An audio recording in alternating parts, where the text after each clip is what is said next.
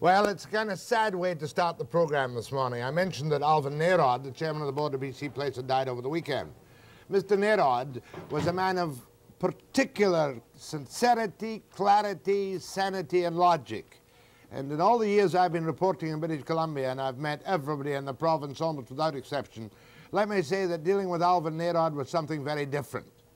He was a man you could go to, you could ask a question, and you could get an answer without equivocation.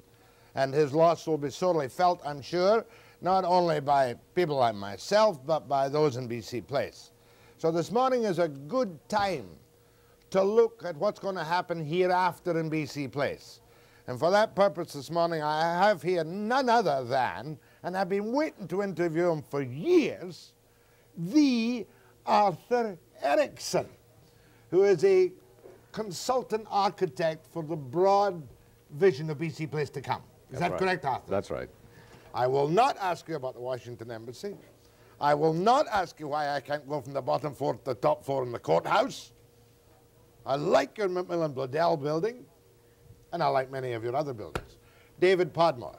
Morning, Jack. You're the Director of Planning. Yes. Now, what we're going to see this morning, is it going to be firm planning, or is it concept we're talking about?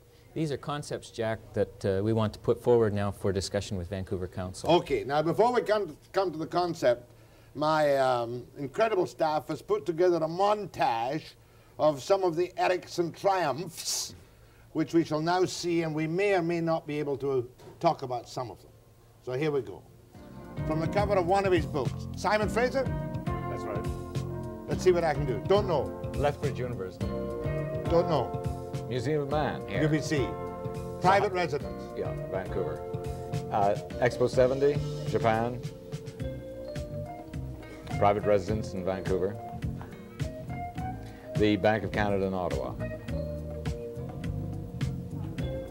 Museum of Man, still Vancouver.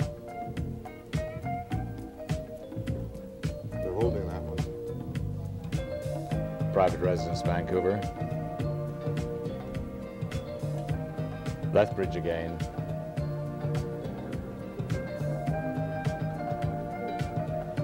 Private residence, Vancouver. Nicely done, though, isn't it?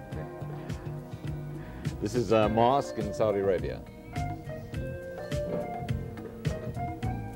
Another private residence, Vancouver. It's not my place. Another private residence. Yes, in the interior. In the interior of BC. This is Macmillan Macmillan Bladell. Bladell building. Yeah. Forest of fir trees. That's right. Private residence. You're very good. Yeah. Courthouse, Robson Courthouse, Square. Robson Square.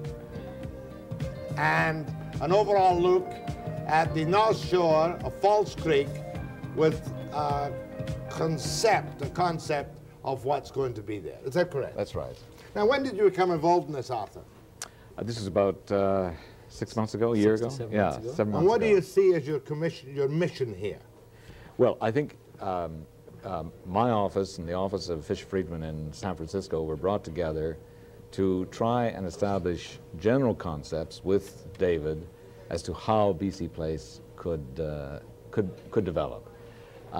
We were not involved in determining what kind of architecture should be there, but really getting an idea of for instance, what should be done with the foreshore, how it should tie into the city and relate to the existing city.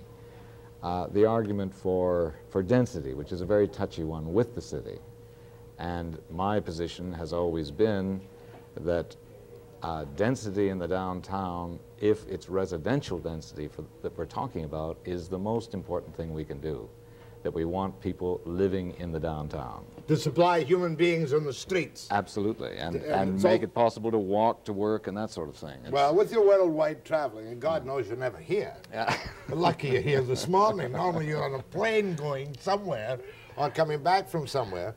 When you look at Falls Creek, comparing it to other potential sites throughout the world, does it measure up really as a first-class architectural site for the proper development of that area? Well, I think Vancouver, the downtown of Vancouver, is unique in the world. I've often said, many people have said, it's a kind of mini Manhattan insofar as it's almost an island, but it's only about 1 mile across and 2 miles long. Therefore, it has a scale that means that everyone living there and working there can be within walking distance, which you can't be in Manhattan. And I think that our observation in developing this plan was to look at how the city has developed in the past. And no matter what people say about the West End, there's a very attractive living situation there. That the point towers that were developed are almost unique to Vancouver. These slim towers that let people see through and past and that sort of thing. And that what we wanted to do was to really surround the downtown core with a sufficient density of housing that you could continue that kind of pattern, of being able to live in the city. Not to try to cause political trouble of any kind, and I'm no architect, but I'm going to make a little statement. I want you to cut me to shreds on it. I think the most ghastly mistake that was made in the development of downtown Vancouver was in putting a Montreal-style underground shopping center in the heart of the city. How wrong am I? I quite agree with you. I'm right. No, I think that I've always felt that there was absolutely no reason to go underground in Vancouver. There was a very good reason in Toronto and in Montreal. Climate. Yeah, absolutely. And there's a very good reason in Houston, Texas. Climate. Vancouver, I think, would have been much better to keep people on the streets. If we'd kept the people on the streets, we Absolutely. wouldn't have had the problems we have in the Granville Mall and in parts of the West End. Yeah. Hey, hooray. Yeah. Now, David, we're going to look, not yet, we're going to look at the beginning of the next break at some of these concepts. How far has your planning gone beyond the magnificent, on-target, on-time stadium? We're at the point now, Jack, that we've completed a development plan, and we're just now getting ready to present it to the public and to the council for discussion, and we hope that they will adopt it as a basic zoning for the development site. We are installing roadways and utilities now, and we're ready to start letting some contracts for construction of the waterfront.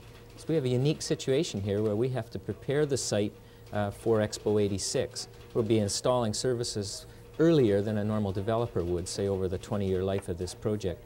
And we should be leasing properties starting this fall or early next spring for residential and commercial development. You'll be leasing them out to people who will build the residential and commercial development. That's right. Have you straightened out your density problems with the city of Vancouver by any chance? Not entirely, and that's something that will obviously be part of the discussions with the public and council as they come up in this spring and early summer.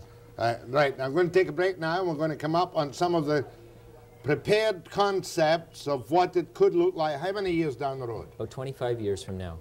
Oh, some of it. I mean, I'll not be here 25 years down the road. Some of it shows development that we hope would occur over the next 3 to 4 years, some longer. More with Arthur Erickson and David Padmore, and that architectural genius has just been buttressed in his opinion of the underground shopping in downtown Vancouver by Mr. Erickson after the break.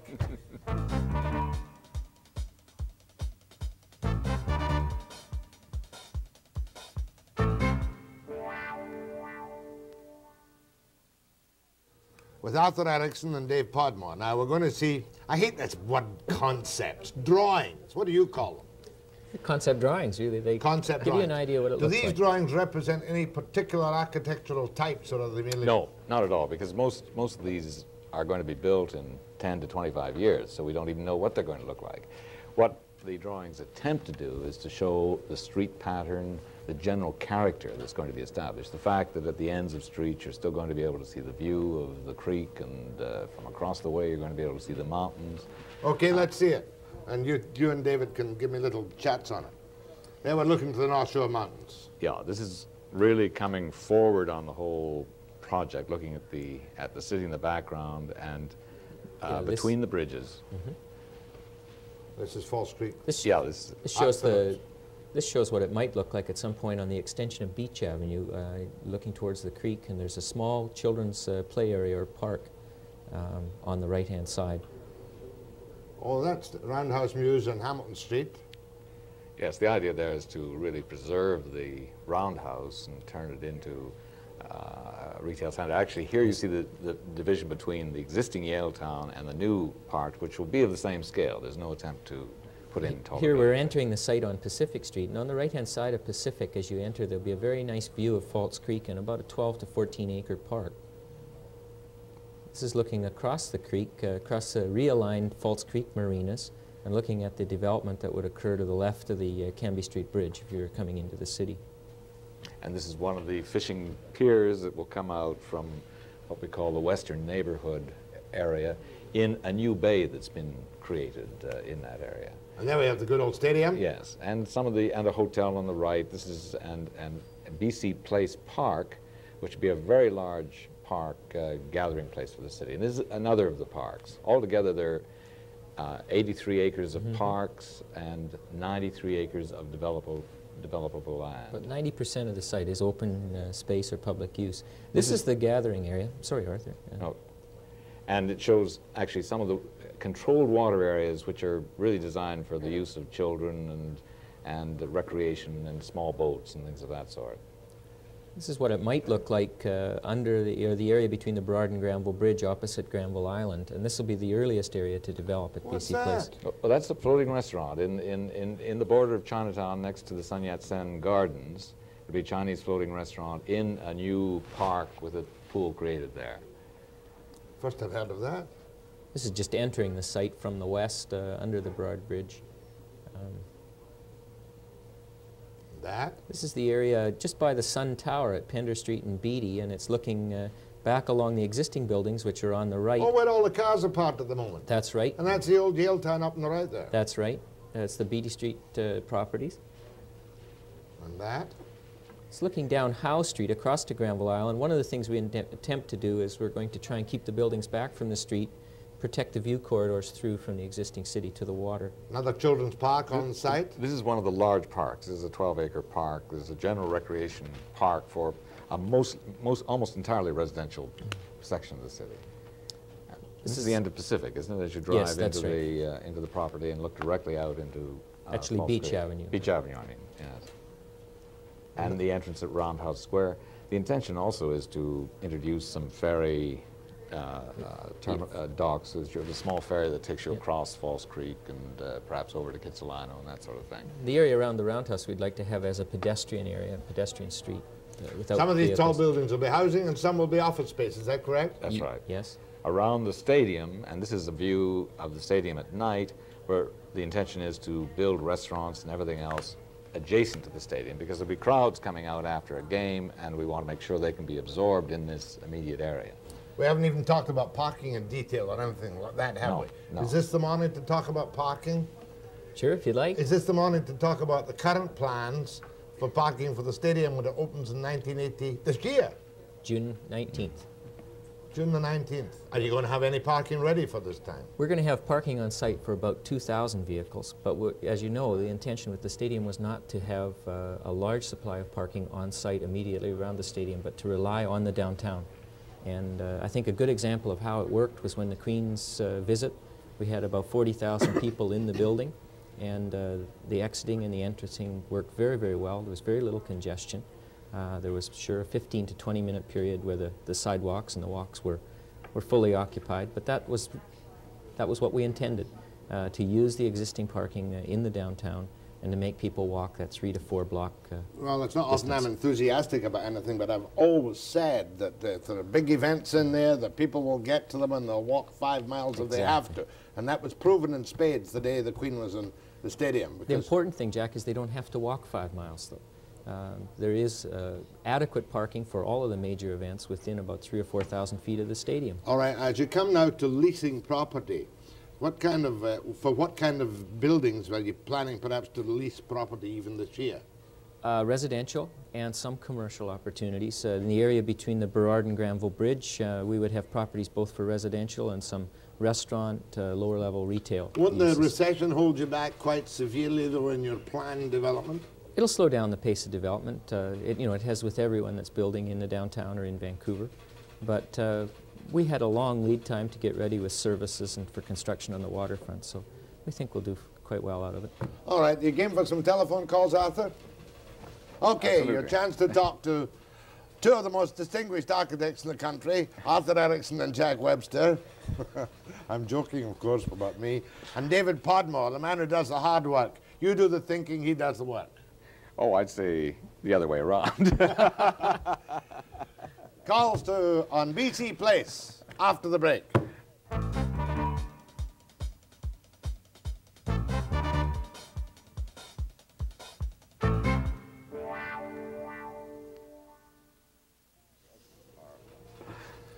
Well, Mr. Erickson and Mr. Padmore, where are we going? Don't know what they're going to ask you. Haven't a clue. Go ahead, please. Morning. Good morning. That's you. Where are you? In Vancouver. Good morning. Well, yeah, do say something. I'm a cab driver. I'm wondering what's going to happen here. What way? With the traffic flow and all that.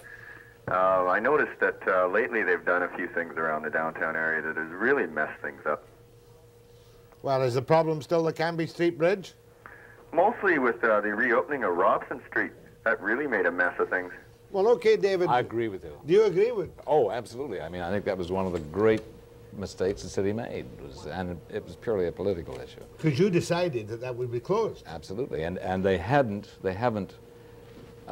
rebuilt the Cambie Street Bridge so they get the proper traffic flow, you know, the connection to Smythe and Nelson, which and all is we've going to got make a now big is difference. that not a little bottleneck where you have the nice plaza from the old courthouse to the Robson Street site. Crazy, absolutely crazy. Did anybody ask your opinion before they opened it? No.